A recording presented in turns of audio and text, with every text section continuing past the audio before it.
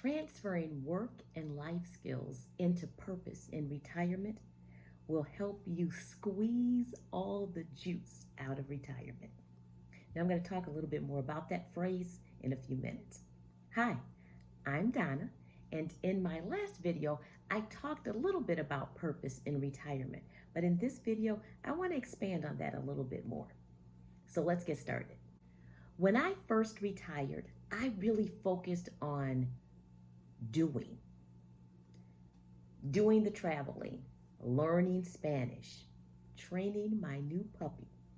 It was all about trying to get those trips in that I hadn't been able to do when I was working, picking up some of those things that I had been interested in when I was younger, but during my work years and raising the kids, I didn't have time to do those things. So it was more like, do this, do this, do this. But after a while, I think you realize the work-life accomplishments and the identity that you had is behind you, and you're trying to really figure out, who are you now? Who are you in retirement? In other words, what's your purpose? What are you going to do after the going, the activities? What's the person like? For me, I knew I wanted to do things that had some service to others component to it. What exactly is my purpose now? And maybe some of the things that I've thought about to answer that will be helpful to you. If you haven't seen Dr. Riley Moynes, I think that's how you pronounce his last name. It's Moynes. He did a TED Talk.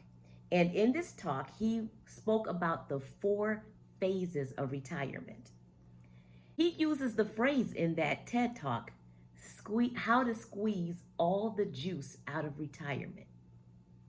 I think that's a great way to describe retirement, because what drew me to that phrase was the fact that years ago, my uncle, who unfortunately he passed away a month before I retired, but he used to say this: you have to squeeze all the juice out of life. He would say that all the time. And I loved that phrase because it made me think that you have to get everything that you can out of your life. And in talking about that, I want to give you 5 suggestions that I've used in order to squeeze all the life out of retirement. The first thing I began thinking about was, what were the skills that I had that I used when I was working? What were those skills that I enjoyed the most? What did I love the most about my job? I was in charge of the department that handled employment discrimination complaints and sexual harassment and the Americans with Disabilities Act. We implemented those policies that affected those areas of law. And what I enjoyed the most was the training. I loved training employees, all levels of employees, from the custodial workers to the chiefs of the school districts. I loved teaching them how to behave appropriately in the workplace and what to do if they believed that someone had engaged in inappropriate behavior in these areas that I handled. I loved that. I loved training them in person. I really enjoyed creating the manuals that they could use in order to implement our policies. That was my favorite part of the work. How I translated those skills, analysis, and helping others understand information, was I began working with some family members with respect to the class. When they were in college, I would help them with their paper. So they'd have to write, a paper for one of their classes. They wrote the paper, of course, but I would help them with the editing, and I would get their rubric and make sure that the paper that they had written reflected the best presentation of the requirements that were in the rubric. I loved doing that. I loved helping them convey information. I helped them with writing their personal statements and making sure that they were able to highlight those things that were the best parts of who they were and what they were bringing to the universities that they were applying to. It was giving information to people that they could use. But I was able to transfer what I did in the work environment to what I was able to do now in retirement. And I loved doing that. The second suggestion that I have is to find something creative to do, whether it's something that you enjoyed doing when you were a child back in your childhood that had nothing to do with what you did during your career, or something brand new that you've never done before. But creativity, it sparks your imagination. It gives you a different perspective about things. It reawakens things that maybe you didn't think about. I have some examples about this because one of my aunts, who is now 96, she's 96 years old. She was, in her profession, she was a teacher, an elementary school teacher, but she was also a concert pianist. One of the things she wanted to learn how to do was cake decorating. She took cake decorating classes and she loved it. She did this in her 70s. She was so excited about learning how to decorate cakes. It was a great outlet for her, a great creative thing for her to do. I have a cousin who decided that she wanted to learn how to do floral arrangements. So she studied it, took classes learning how to do floral arrangements. She now does weddings and memorial services and funerals all over the country. Think of something that it doesn't have to be something that you've done before. It can be brand new, something you've never tried before, or it could be something that you did when you were younger that you really enjoyed, but you kind of set that to the side as you grew up. Creativity will spark things that you never thought you would enjoy. Number 3, my third suggestion is to become a member of some organization in your community. I'm an advocate of this because I became a commissioner in my village. I'm on the Historic Preservation Commission. I love architecture and preserving old houses and maintaining the environment of the community. I've met people that I don't believe I would have met had I not been a member of this commission. And I just have learned so many things. For example, I didn't know that much about zoning. I now know a lot more than I've ever known about zoning. It's just interesting to me. And I feel like I'm contributing to our community in a meaningful way. The chairman of, here's another example of this. The chairman of our commission, I thought, had been a commissioner for years and years because he's such a good chairperson and he knows so much about the variety of issues that we deal with. I was talking to him after one of our meetings and he told me that he had not been a commissioner that long. The way he became a commissioner was that his wife told him, I think that would be something interesting for you to do. He's in real estate. I think you would enjoy that. He never thought about being a commissioner. He says okay and applies.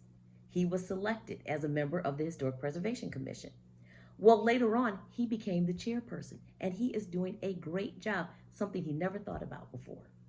That could be the same for you. You may find something in your community that you had no idea would draw your interest, and it provides service to other people as you're working to improve your community. So that's number 3. Number 4, if you're a nature or animal lover, do something in that area. For me, I love both. I really enjoy both, but I recently became a member of the Arboretum that's in my community. Brand new. I haven't done anything yet because I just joined. But I've been doing the research and I've been online to look at the variety of activities that they have. You can volunteer there. They have so many programs that I didn't know anything about. I've been to the Arboretum several times, but I always went to a specific exhibit. Now I'm learning about all the things that they do to maintain nature and the programs that they have. And it's just another way of doing something that maybe will spark something in you that you didn't even know was within you, that you really do enjoy, and you're providing some service to others as well. And in this case, it's with maintaining the environment. So I'll see how that goes. I'm sure it'll be great. The 5th thing or suggestion that I have is to think back. I mentioned this a little bit before, but to think back about something that you really, really loved doing when you were a child. For me, it was learning Spanish. I can't tell you why I was so fascinated with learning a foreign language, because I studied French in elementary school and Spanish. Took Spanish in elementary school and 2 years in high school. But after that, I didn't study it anymore. So I didn't speak Spanish or learn it or really study it for over 30 years, 35 years. I went back to that when I retired, and I am having a fantastic time. Since then, I have a teacher that I study with. She's from Argentina, and I never thought I'd meet her in person. I started studying Spanish again when the pandemic started. I never thought I'd meet her. Well, 2 years later, I ended up going with an immersion group to Buenos Aires, Argentina, and I got to meet my Spanish teacher in person. It was like a dream. It was unbelievable that I was in her country. We went to the park. We talked never in English, no English at all. We took the subway, or they don't call it the subway, but it's like the subway. We took the train system to this park, and I'm on the train with people from this community. No English is being spoken. We're talking no English. I had such a wonderful time. So think about what you did, what you really enjoyed in childhood, and maybe that's something that you can find a new use for during your retirement. Here's an interesting story. I was listening to David Brooks, and he was talking about finding your purpose, and his new, or I don't know if it's new still, but his book, The Second Mountain, he was talking about that and dealing with purpose in your life, in your retirement years. And he gave an example of something similar. He said that he knew this federal prosecutor who had retired. But now think about this, federal prosecutor. In her childhood, she was very much interested in Henry VIII's third wife. I think her name was Anne Boleyn. I think that was her name. If that's wrong, you can correct me. But she just found her to be a fascinating person, and she always wanted to be a playwright. She decided in retirement she was going to write a play about this person, about this lady, and she did. And this is what she said: I'm retired, I'm 65 years old. What difference does it make whether it's good or not? She had no background in playwriting. She wrote it. Her play ended up being in front of some producers, and she was, I guess, telling David Brooks, it didn't matter to her if that went nowhere. The fact that she actually did it was all that mattered to her. You have no idea.